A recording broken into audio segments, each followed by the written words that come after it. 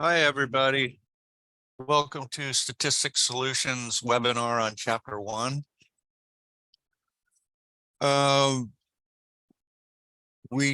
There we go. We do have information there that's appearing in the chat box. It tells you about receiving copies of this webinar. There's also a link to our website and where we archive our webinars. So there will be this one archived, as well as other webinars on other chapters and other topics. Our website also has resources. It has example chapters, like templates for chapters, blogs on all kinds of dissertation topics and statistics. So that's it's really helpful if you want to go to our website and look around.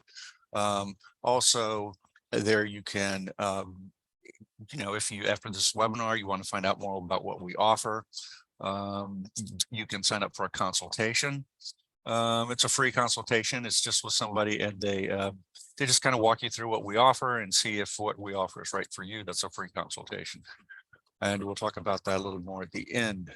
Okay, all right, well, before we get started, if you do have questions as we proceed, go ahead and jot them down, or you can even type them in the question and answer box or the chat box, but I won't get to them until the end. We'll have a question and answer session at the end. All right, so let's get started. This is, we're going to talk generally about chapter 1 of the dissertation. What the features are of the chapter and what some of the expectations are. And just to pull back for a minute to kind of take a larger view, our model, our approach to the social sciences dissertation is the 5-chapter model, and that's pretty typical of most schools. I know some schools they may have more chapters. They may split like the chapter 5 into 2 chapters, and so it's a chapter 5 and a chapter 6. But the content is usually the same. It's just kind of split.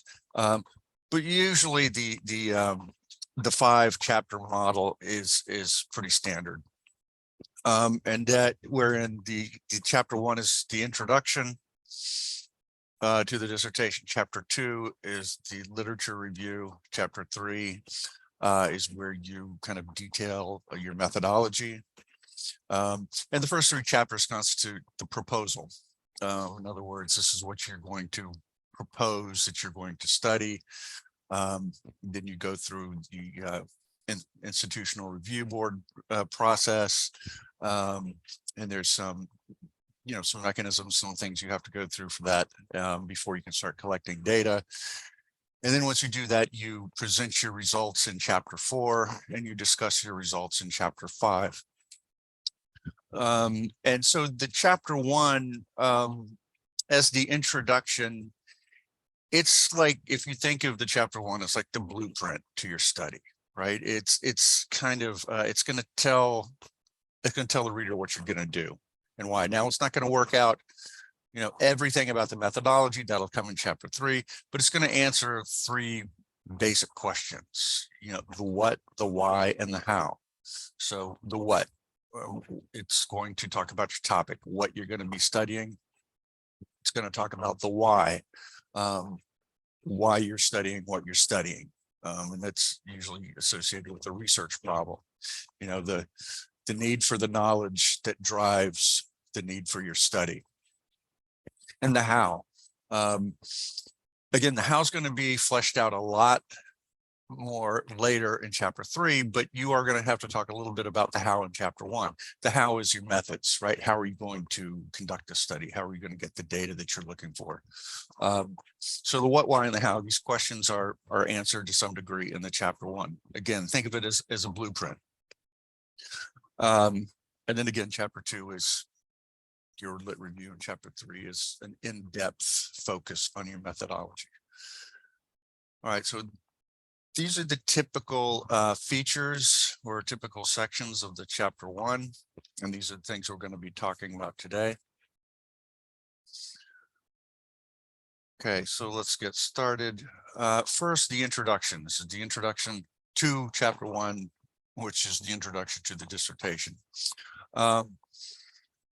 So studies typically proceed from some kind of a problem, right? Because if everything was fine, you wouldn't need a study, right?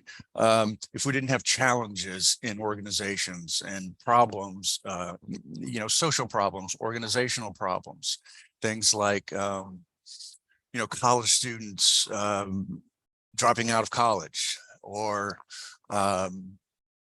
certain kind of teachers, let's just say special education teachers leaving the profession, or nurses leaving the profession, right? So it can be anything. These are just a few examples, right? So your studies typically proceed from some kind of problem that they're going to address, right? So you want to introduce that problem, that organizational or social problem. Usually the best way to do that is with a recent statistic, or with some kind of anchor observation from a peer-reviewed source, right? Something that you point to, right, in the literature. So if, let's just say, you're going to study why special education teachers leave the profession, you probably want to start off with, by saying that and showing that with a statistic, right? Well, how many? Right? You talk about the scope of the problem, the prevalence of the problem, the depth of the problem a little bit. And the best way to do that sometimes is, with a statistic. And if you do that, it's fine. Make sure the statistic is recent, right? So, sometimes people do this. They'll say, okay, special education teachers are leaving the field. This is a huge problem for the field. Because obviously, special education students, they have to be they have to be educated another way. And they'll use a statistic from 10 years ago or 15 years ago. Okay, well, certainly things have changed in the field from 10 or 15 years ago. So we want what's current, right? So if you start off with a statistic or even an observation pulled from the literature, make sure it's recent, right? Because this lets the reader know that, yes, this is still a problem. Because again, something that was a problem 20 years ago may not be a problem anymore, or the problem may have shifted somehow, right? Or it may have been resolved. So you could start off with the organizational problem, get the reader's attention with the severity of the problem, right? And then there's kind of a second problem that you want to talk about a little bit too, and this is the research problem. And we'll talk about the research problem a little more when we get to that section. But this is, for something like special education teachers leaving the profession, certainly there's research on that, right? I mean, and there is. So you want to talk a little bit, like introduce, you don't want to talk about the research too much here, but you want to introduce what the research problem is, right? Now, again, we'll get to that a little bit later, but talk about what your study specifically is meant to address, right? Okay, there's the organizational problem, and talk about the angle that your study is going to take in addressing this problem of special education teachers leaving the field. Why is the study needed? What's the gap in research? Introduce that. Introduce how your study is designed to address that research problem, or that gap in the research on the organizational problem. And if you want, you can end with previews of sections of the chapter, right? So this chapter will contain, the following sections, and you list them out. Just kind of lets the reader know what to expect, what's coming when they're reading the chapter. Now, all the stuff you're going to work out later, right, in the background, which is going to come up next. So you don't have to get into too much detail in the introduction, right? It's just to kind of introduce the problem, introduce the topic, which you're going to study specifically about the topic, and talk a little bit about how your study is designed to address that. So, we're talking less than a page, maybe a paragraph or a couple paragraphs. The introduction is just that. It just introduces the reader to the topic. But the reader should know, after they read the introduction, you know, what you're studying and why. I'm studying the attrition of special education teachers, and here's the reason. Okay. Again, the details will be fleshed out throughout the chapter. Okay. And here we go into the background. Now, this is where you can kind of get into more depth about the topic and the research on the topic, right? So this is the background. So this is where you should catch the reader up on what's happening. So to stick with our example, if we are going to study the attrition of special education teachers, we'll talk about that. You know, you're going to have to go back a little bit. It's going to be historical a little bit. You know, talk about when it really started to become a problem, how the problem developed, the contours, the trends, and the problem, where we are now. Right. So catch the reader up. Also, not just the problem itself, but research on the topic. Right. Because that's important, because on almost any topic, there's going to be previous research.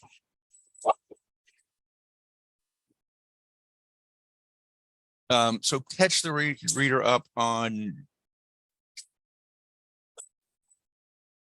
just get a treat. Sorry, but working from home, we got dogs. Apologize. So yeah, this is what you want to do in the background. Kind of catch the reader up on the problem, you know, where it's been, how it's developed, where it is now, but also research on the problem. And you don't have to hit all the research that happens in the lit review, but you want to kind of give kind of a summary of the research, of the major trends in the research. What are some of the high points? You know, what are some of the major theories or major research that's been conducted on that, to kind of give the reader, again, not just to trace the background of the development of the topic and the problem, but to trace the background of the development of the research on it. So in other words, it tells us what we know about the subject to date, right? So this problem of attrition of special education teachers, it tells us like the major research to date on it and where the research stands. And what still needs to be done. And then if you think of a funnel, the background is a funnel, and you know, since it's a background, it can be chronologically structured. I think that's fine.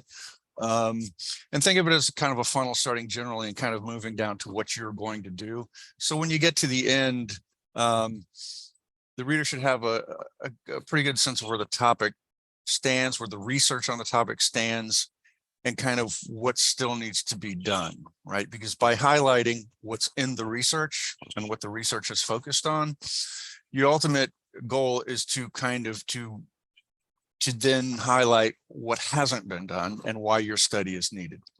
Okay, and that takes us into the research problem, right? So let's just stop and make sure we understand what a research problem is first.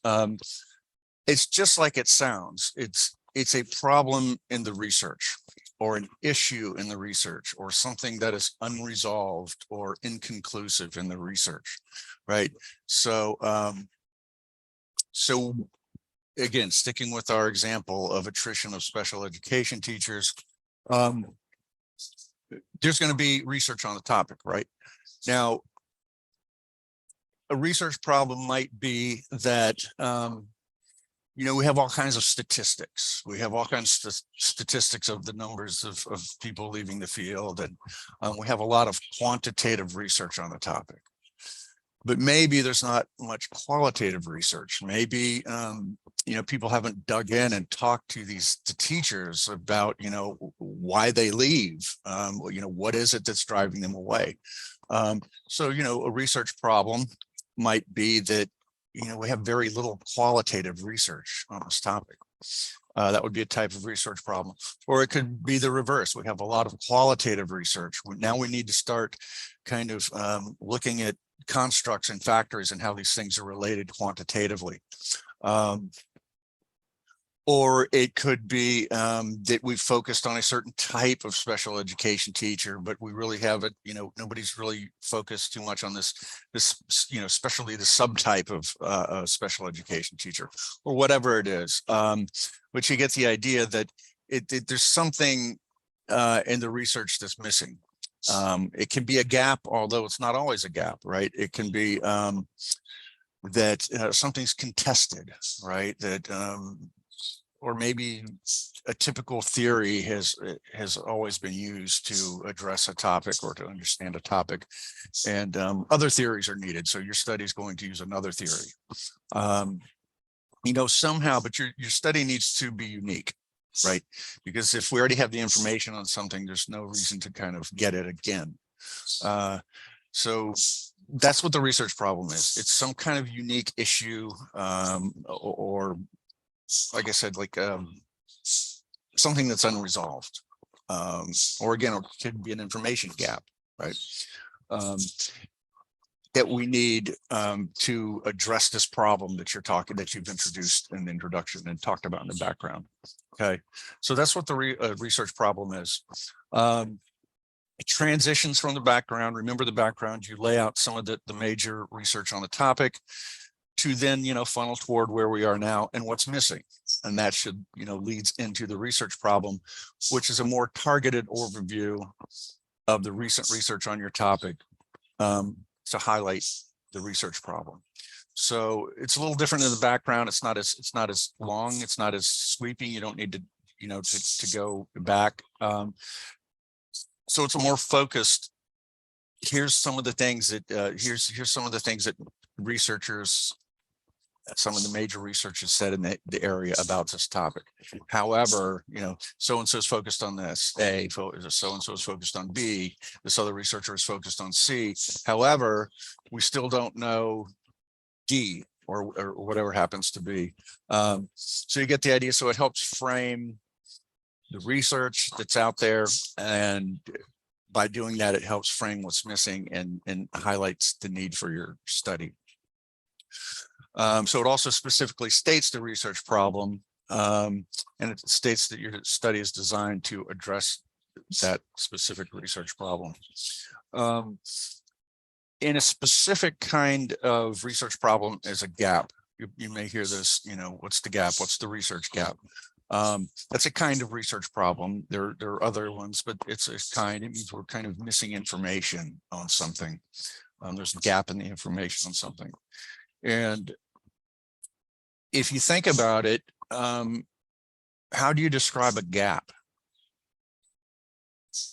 You see what I'm saying? A gap, by definition, is the existence of something, right?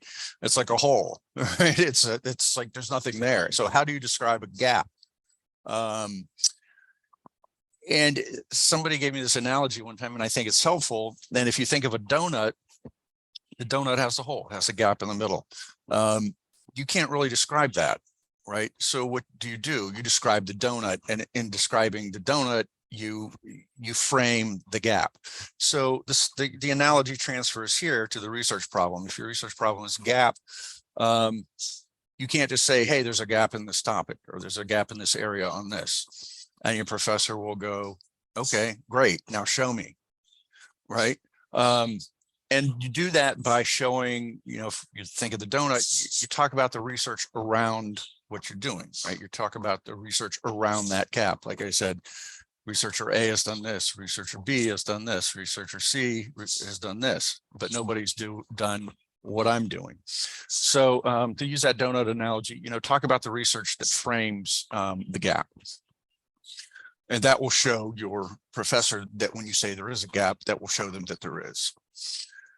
Okay. And this section is not long. It needs to be pretty tight, less than a page, probably, maybe a paragraph, a couple solid paragraphs. Because really the name of the game in chapter 1, quantity is not always better, right? So if you think they're just looking for page count, no. Chapter 1s tend to be, 10 pages at the least, 20 pages at the most. Sweet spot is about 12 pages, 15 to 12 pages. So your stuff needs to be focused, is what I'm saying. So this section is not long. Probably the longest section may be the background section, which could go on for a 3 or 4 pages, because you have to cover some material there. You have to go back and talk about what people have done, where, and move through time and see where we are now with the issue. And just a quick tip here, if you haven't already done so, and you may have, and if you have, that's great. I mean, obviously use your resources such as this webinar, the resources on our website, what other resources you have access to.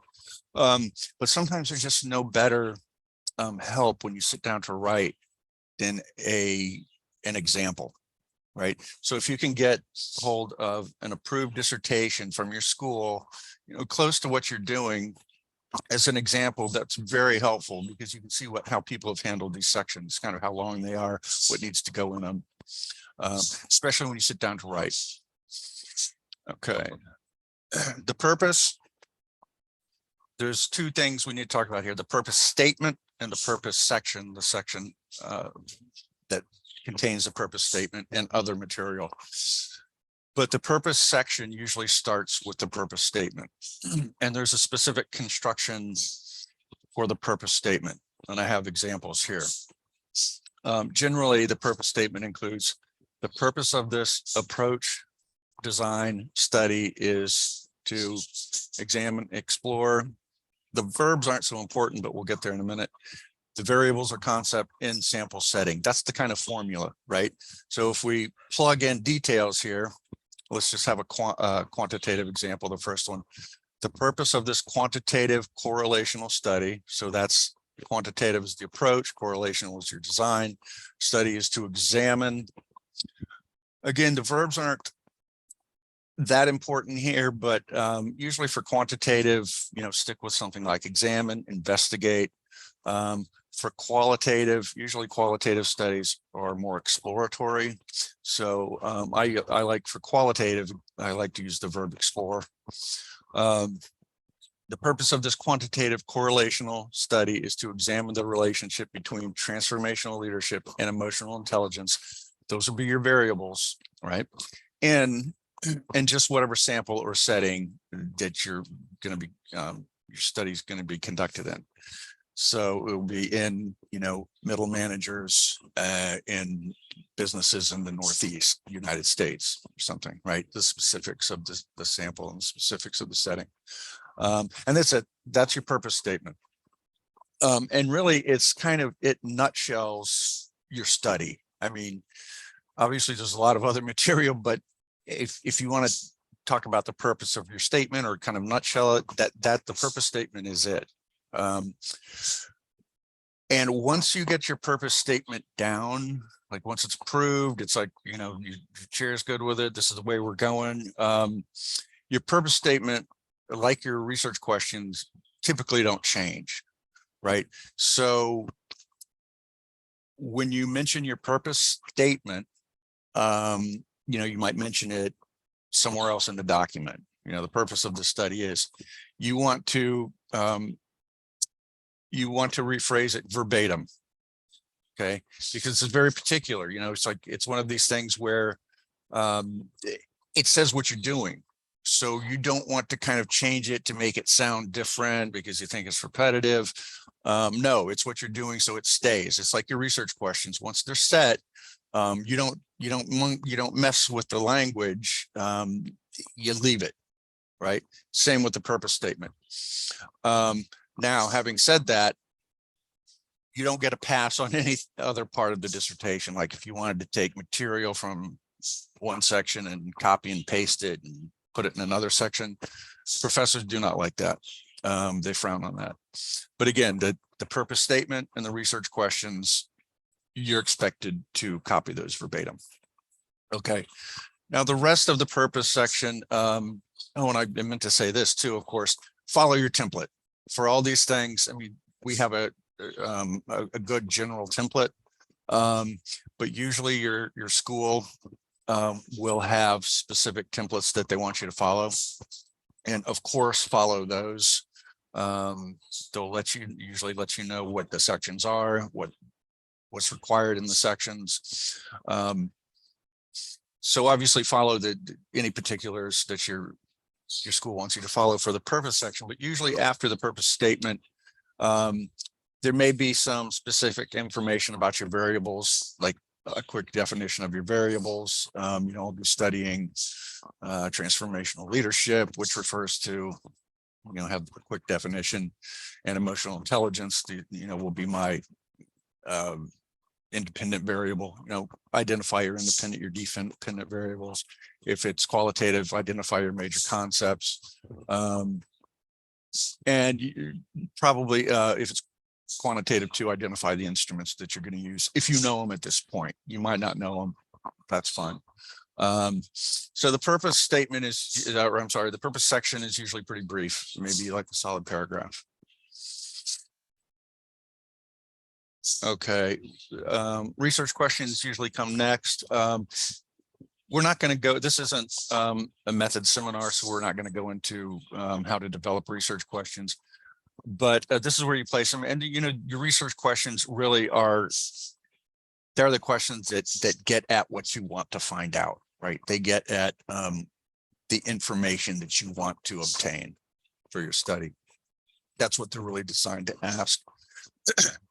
Okay, but if you do have questions about or concerns about the research questions and how to develop them and hypotheses and things, we do run webinars on those topics. So check our webinar schedule for that. The theoretical framework comes next. The theoretical framework is a little tricky. And it's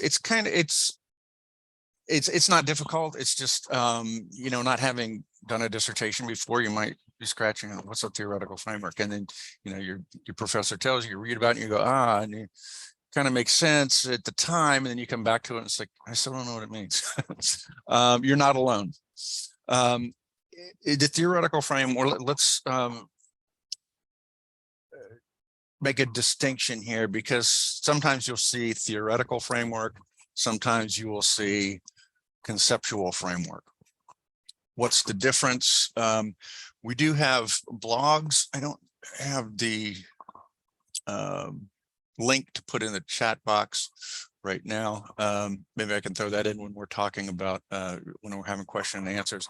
But we do have blogs. I'm going to put one in the chat box here later on the difference is between theoretical frameworks and conceptual frameworks. There is research out there if you want to go look at it yourself.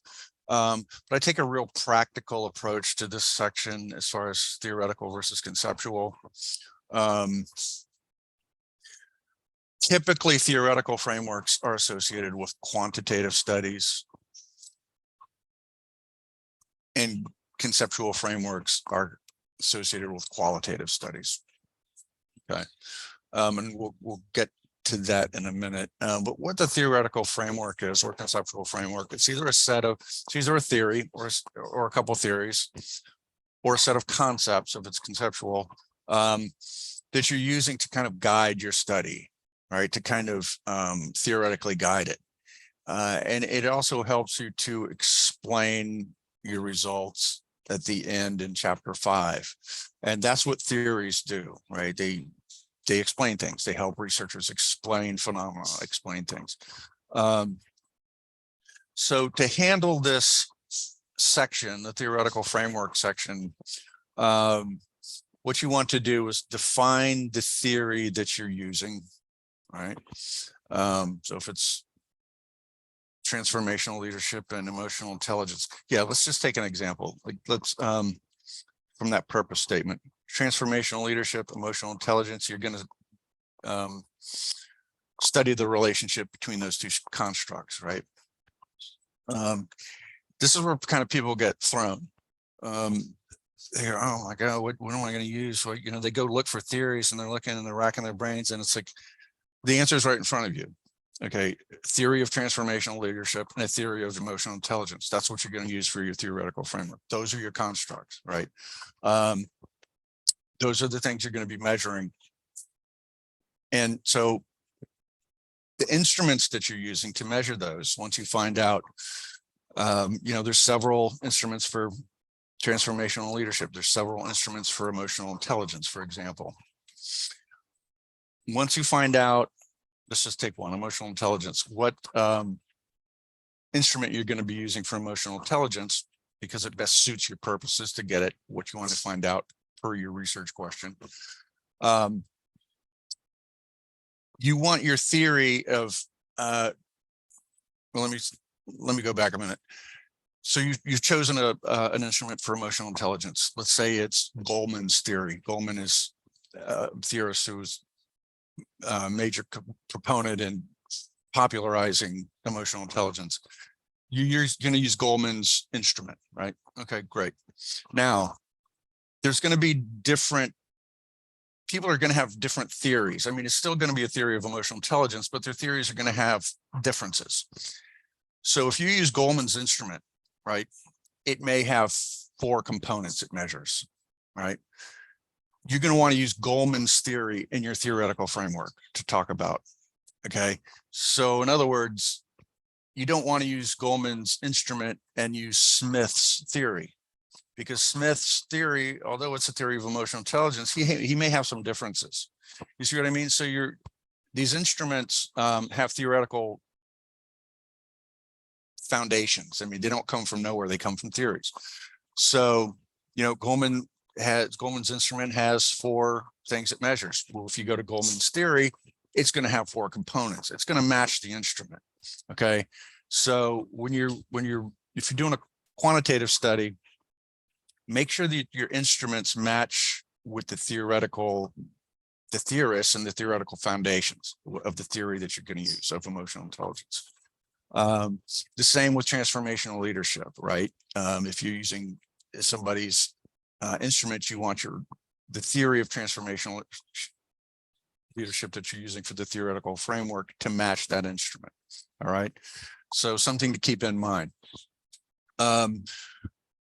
So once you get this, okay, great. I'm using Goleman's instrument for emotional intelligence. I'm going to use Goleman's theory of emotional intelligence. Okay, it's great. So at the beginning of the theoretical framework section, you say, I will go using Goleman's theory of emotional intelligence and so-and-so's theory of transformational leadership, whoever that is.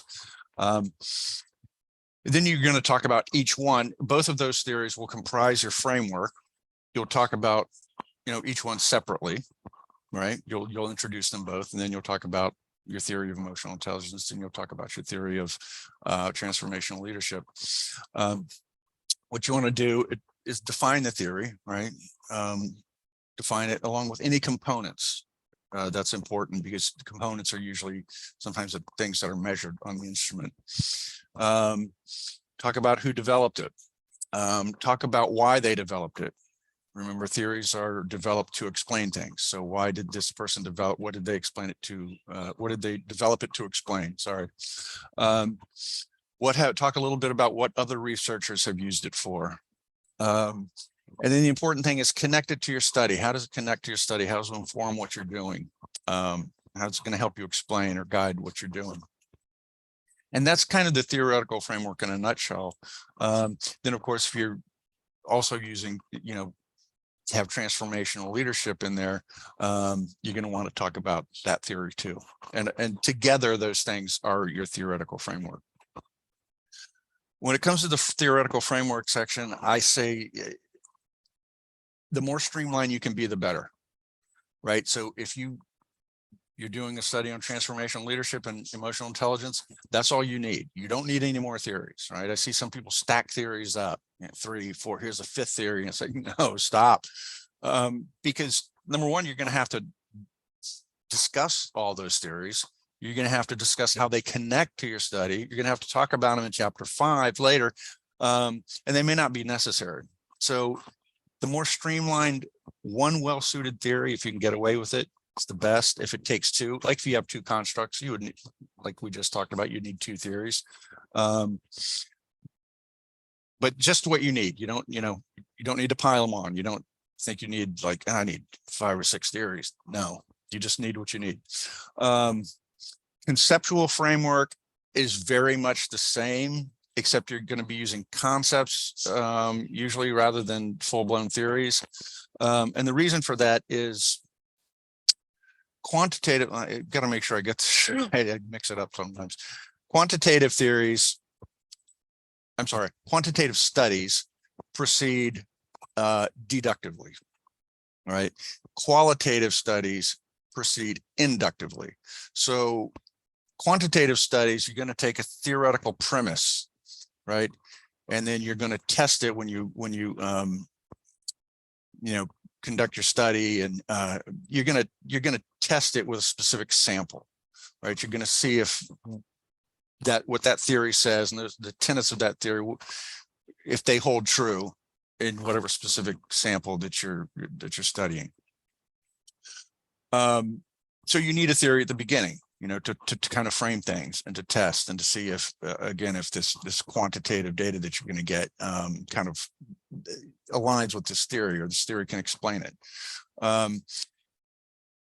Qualitative study works in the inverse, which is inductively. So you're trying to get people's perceptions, their in-depth perceptions. You're trying to get their experiences. They're trying to get what they think, their insights. You're exploring it, right? You're getting deep. You're doing interviews with them usually. So you want that. You don't want to overlay a theory over that, right? You don't want to have a theory that says that has conclusions and things already at the beginning. You want that data to kind of, when you get it, you want people's voices to kind of speak for themselves. The ideas emerge from the participants' words, right? So that's inductive, right? So then you make conclusions based on these, these patterns and these themes that emerge from the data. So you don't need a theory. But concepts work, right? So that's why they call it a conceptual framework. And your conceptual framework for qualitative study would be very similar, except that you're using kind of major concepts that you're studying. You're just using definitions pulled from the literature to comprise your theoretical framework. Okay, that's the big difference there. Okay. I don't know if I hope that helps. I know it's just a tricky section. And again, look at examples to see what people have done. That's going to be really helpful in this section specifically. Nature of the study or study design. Usually in chapter 1, there's some mention of the design you're going to use, the approach and the design. You're going to have to talk about that a little bit. Again, it gets much more worked out in chapter 3. But usually here they want kind of a rationale for your selection of the design. Why did you choose correlational design or whatever it is? Usually, they want you to summarize the methodology too, including, where you're going to get the data, who you're going to interview or who you're going to survey, or if it's archival data, and how the data are collected and how they'll be analyzed. Okay, I see we have a, yeah, okay. We can come back to the framework section at the end. Okay. Right, and if you have more kind of questions about, again, this isn't a methodological webinar, but if you have more questions or want more information about, study design, study approaches, we do have webinars on that. So you might want to check our webinar schedule for that. Okay, definition section is usually next. And this is just like it sounds. This is where you're defining like any constructs, any variables, major concepts of your studies, things that are going to be particular to your study, right? Define, variables, major concepts. Just a few things here. Again, follow your template if you have one. Usually, other than the definitions, the only text that you need to introduce this section is the following terms are defined for use in the study. and that's it. And then you can go on through the definitions. Sequence your entries, your definitions alphabetically. Just don't put them in there randomly. Sequence them alphabetically. Definitions should be in the form of sentences. I always say put them in the form of sentences. Some people put them in the form of phrases. You can do that, but again, see what your template wants. But usually your profs want them in the form of sentences. And if you just do it from the beginning, it'll save you from having to go back maybe and change it later. So, and definitions should be clear and succinct. So definitions, they're not long. These are not discussions. Sometimes I see people say emotional intelligence. Well, Goleman describes emotional intelligence as this, but Smith describes emotional intelligence this way, and the third theorist says it's this. There's no universal definition of universal intelligence, and then this discussion is like, that's not what you want here. What you want here is how the term is going to be defined definitively for use in your study, right? So for this study, emotional intelligence will refer to whatever it is and have a source. So usually a sentence, maybe 2 sentences, you don't need much. You just need a clear, concise definition, followed by a peer-reviewed source. They all need to be anchored with peer-reviewed sources. Under no circumstances use dictionary source as the source for your definitions, because it's too general, right? You need something that's specialized from the literature. Right. Okay. Sources should be recent when possible. We don't need to keep that in mind so much for the definitions, but for the chapter 1, yeah, especially the research problem area, you want to keep sources pretty recent. And again, check your template. Some schools want sources within 5 years. Some schools want 10 years. Some schools don't care. But you should have, you should know what your school wants or what your chair wants, because that'll save you time later. If you put a lot of outdated sources in there, and your chair comes back and says these are all out of date, I mean, you're gonna have to go update things, and that's kind of a pain in the neck. So I just start off, I just say use recent sources when you can. Now the theoretical framework, theories take a long time to develop, so you get a pass there. Goleman's theory of emotional intelligence is maybe from the 1980s. So you get passes in certain places, maybe in the definition section, but other places, just make sure. And two, it makes sense in the sense like we talked about at the very beginning. If you're talking about the a problem as it exists now, you want to use recent sources, right? Because if you're using stuff from 20, 15 years ago, that doesn't show, that shows what happened 20 or 15 years ago, not what's going on now. So just something to keep in mind as you move through the chapter, and all the chapters really. Okay, and that's the definitions. Significance, this is what professors like to call the so what section. So you're doing a study on special education teacher attrition. So who's going to care, and they're being a little glib. But the idea is what this section is about. Sometimes it's called implications. They want to think about the value of not just your study, but your findings, what you're going to get, what your findings, what kind of value are they going to have, and to whom, right? So usually there's 2 prongs for this. There's, significance or implications for research, significance to or implications for practice, right? So for research, think this is kind of forward looking, right? Because you're not sure yet, but they want you to talk about how your research might be valuable to the literature. How might it contribute to research in the field? right? What is it going to say that's going to kind of move research along, or to tell researchers something that they didn't know, right? How's it going to add to, what's out there, the conversations and the research? So, right, how is it valuable to research? The second prong, and you can split these up into, two separate paragraphs or two separate subsections. Significance to or implications for practice, which is what kind of value will your findings have for practitioners? In other words, can this tell them something that they can use on the ground at the level of practice?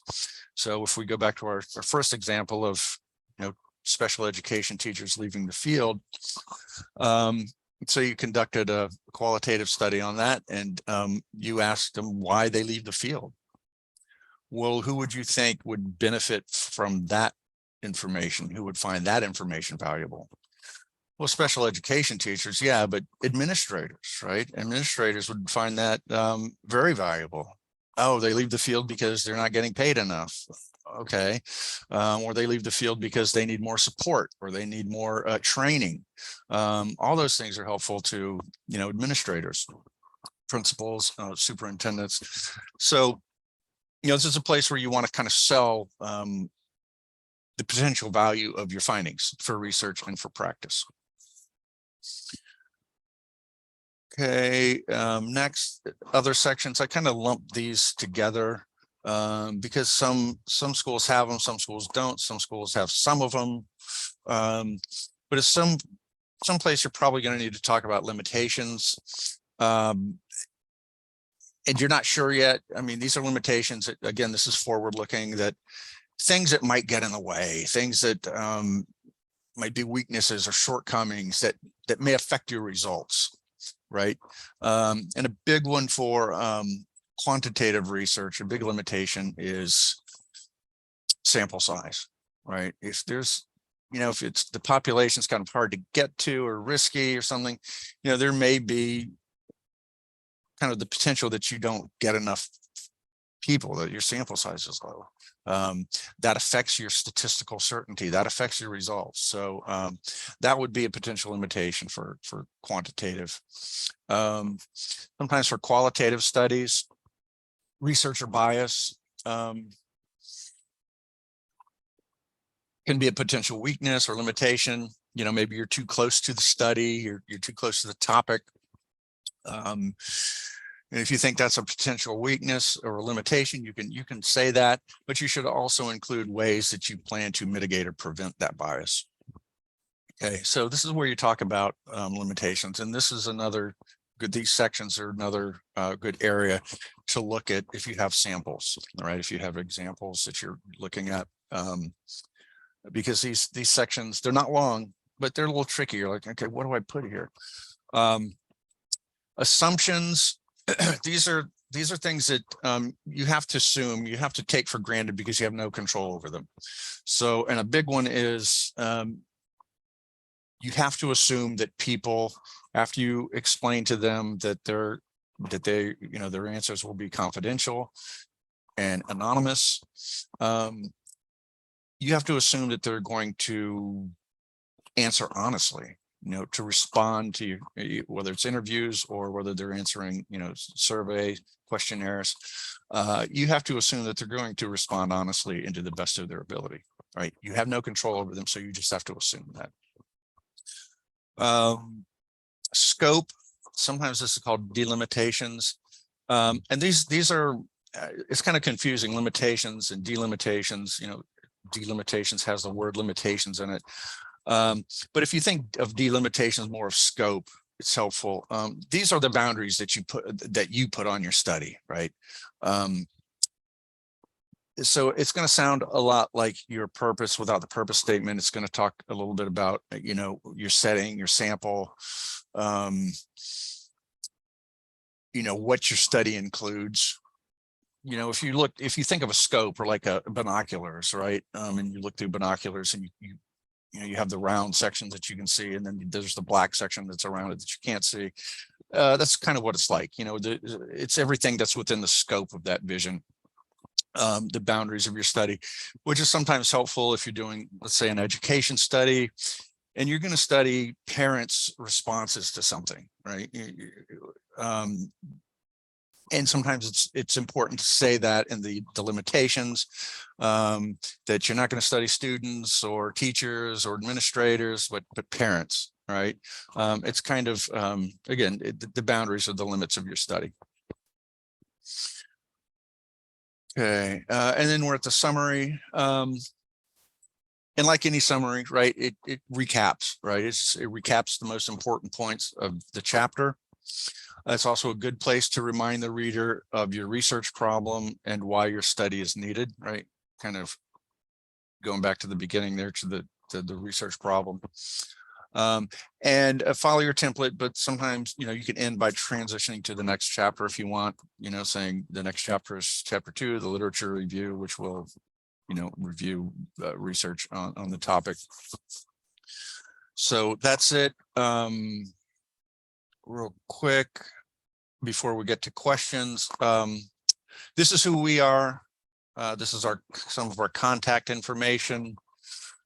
Again, if you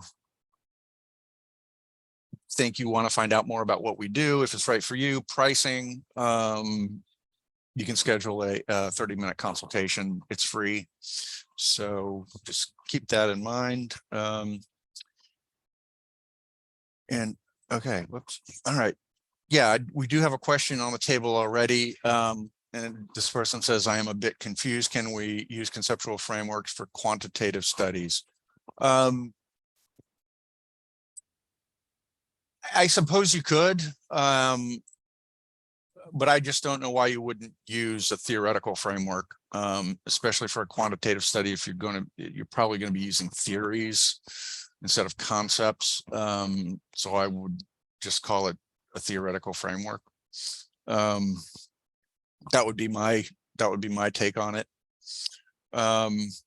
I suppose you could use a conceptual framework. My instrument utilizes a conceptual framework. Okay, if that's the case, then yeah, go ahead and call it conceptual framework. And if your chair has, and at some point it's kind of semantic. If your chair wants, if you say conceptual framework because that's what your instrument uses, I think that's fine. Then stick with that because it matches, which is what we talked about too. I think that would be fine. If your chair at some point wants you to change it, you could explain that to him or her. And if they still want you to change it, just go with what they say. But yeah, if your instrument uses a conceptual framework, I think you could call it that. And again, your people are going to tell you what they want you to use too. So sometimes these things are not hard and fast as we'd like to think. But okay, you're welcome. Anybody else questions about the chapter 1?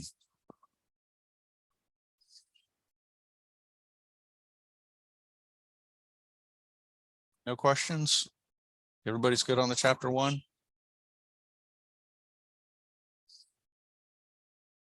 Okay, again, not a real long chapter. Like I said, between 20, if you're going over 20 pages, you're probably too long. If you're under 10, you're probably a little short. It's really quality over and focus over quantity. Usually 12, 15 pages is the sweet spot. And then you get a chapter 2, which is very long, but that's another webinar. So if there's no more questions, I'm going to let everybody go. I wish you a great rest of your day. And again, we have other webinars on other topics, on other chapters, so check our schedule.